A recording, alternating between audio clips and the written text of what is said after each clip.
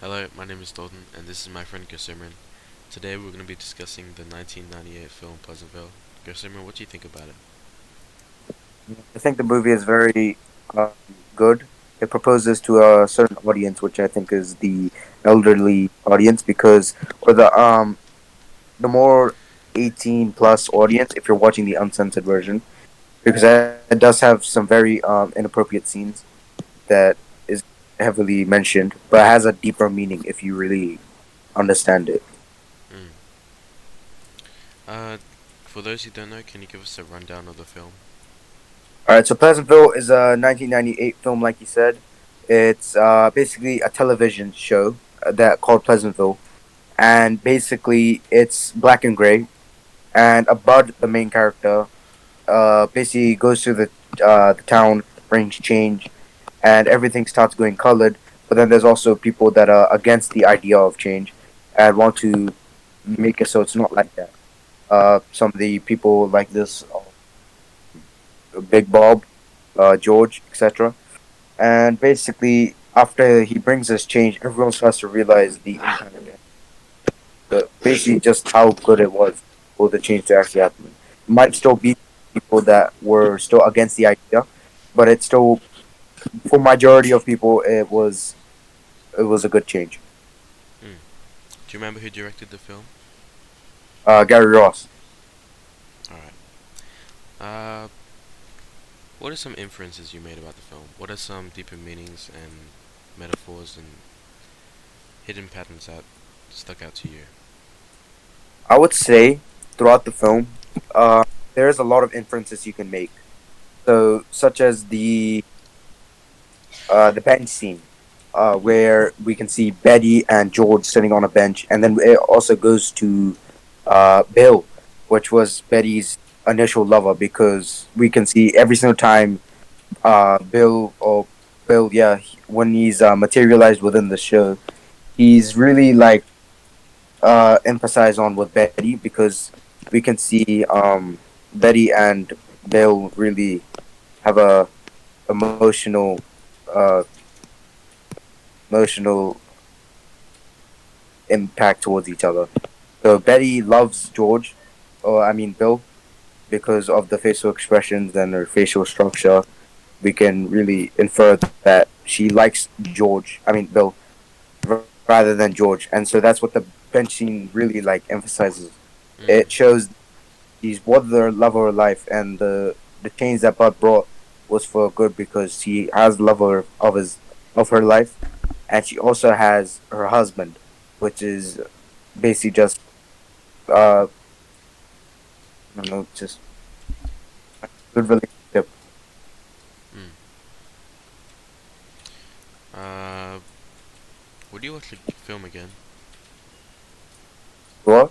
Would you watch the film again? Would I watch the film again? Definitely yes. Since I do understand what the film is about now, I think it would be better to watch it again. And when you watch a film again after watching it, you really get to um you start to understand better. You Mm. start to you understand the video better than you did originally, and you understand what those little secret messages that the put into the thing, which weren't explicit. Personally, I would watch the film again, but only if we got to see the uncensored version, considering that we weren't able to watch the uncensored version. Yeah, that really touches on the inferences you can make. Yeah, there are a lot of hidden, uh, or just like, just messages that aren't shown to us because we just aren't able to look at what is really shown. It kind of like symbolizes in like real life to Pleasantville because we're like censored, not really censored, but like we don't know what it's really like in the real world, and the real Yeah, world is kind of like the uncensored film. true. Back to you. I was gonna ask, what do you think some other solutions could be that could resolve the issues within Pleasantville, and can you make some inferences about them? Pardon? Sorry. Uh, do you think there's any problems within Pleasantville that could have been resolved in a different method rather than the methods that were used originally? Personally, I think Pleasantville could have been handled in a variety of ways. I mean, realistically, we know that a world like Pleasantville wouldn't work. It would be more of a dystopia rather than a utopia. I think some of the problems presented in Pleasantville are quite stupid and crazy because uh, they don't even have toilets. They're like sensitive to such little and crazy things what I to feel us. like that really lacks humanism. Yeah, there For is no like they not really they are treated as people, but like not real people. yeah, they're presented as like it's like they're in a simulation.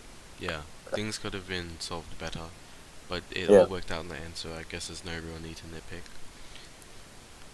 but what do you ways? So in some scenes, like Bill or yeah, Bill, the the guy, right? What do you know when Betty was putting on her makeup and he saw that she had color? Yeah. What do you think Bill could have done instead of like becoming more close to her and then drawing that absurd picture, which then resulted in the riot? What could have been some other solution to prevent the riots from happening because of Bill's painting? Well, in defense of George, him yelling at Betty, and well, in defense of the people of Pleasantville, the black and white people, they didn't know they didn't know how to handle it. Like they didn't know Yeah, what to do. They've never been exposed to this type of stuff. So, yeah, violence was the only answer to them. There was a million better ways that it could have been solved, but I feel like they only did that not out of anger or because they wanted to, but it was the only reason, but it was the only way they knew how to. what do you think Bill could have done differently though? Like that's what I'm trying to really Bill, convey. Yeah, Bill, the guy. You know what he drew that painting, yeah. and then it resulted in that. What do you think he could have done to prevent that from happening? Do you think he could have like not done the painting in the first place, or do you think he should have just not like gotten close to Betty intentionally? I mean, I don't think there was any wrong committed by Bill at all because he was kind of doing the right thing. Well, not really a. He was Uh, doing yeah, the I guess. most human thing that he was doing. He was like exploring himself. He was finding his passions. He was doing what he liked, Yeah, and he turned colored because of that, right? yeah, Yeah. So because of him, the town acted in a way that um this well, I don't know how to say it, but yeah, I think Bill just did everything that he was supposed to. The only people that were at fault were the people of Pleasantville. yeah. That's true. Do you think there's any main issues in Pleasantville that happened? Well, personally, I think the main issues. I think you mean main ideas. I think the main ideas would be like change and routine and how people are like scared of the unknown. Routine. Routine, yeah, big one. Routine is definitely a big one. But it's like Yeah. there's also On it? like symbolism and metaphors of racism as well. Yep, I agree. What about you? What are your big ideas that stuck out to you? Definitely change. I mean, that's kind of obviously. I mean, obvious. Um, I think conformity was also a big one because if you really think about the movie, they all really followed like these specific laws, right? And because they followed it, they kept it intact. They weren't like changing. They were staying in a good position, so there weren't any any violence committed by any of the citizens in Pleasantville. So I feel like Bill, I mean Bob, Big Bob, the mayor of the town, I think he was kind of in the right as well because if it wasn't for Bud, they would have still remained in their natural life. But like they didn't really see anything wrong with their natural life. It Mm. was just something they could have changed, like Betty's relationship, etc. All right. What would your closing statement be to summarize Pleasantville? How it affected you and challenge your perspective on life? Okay, well, Pleasantville is a very interesting conception. It really touches with the audience because the director tried to show change, and that change made the audience feel like it made them feel sentiment, a sentiment feeling. It made them feel, uh, I guess, it's kind of relatable, the change, because when they changed, it was kind of like symbolizing humanism, because they were acting like actual modern humans to this day. So I think Pleasantville is a movie that presents change, and even to the real world, because we saw at the end when was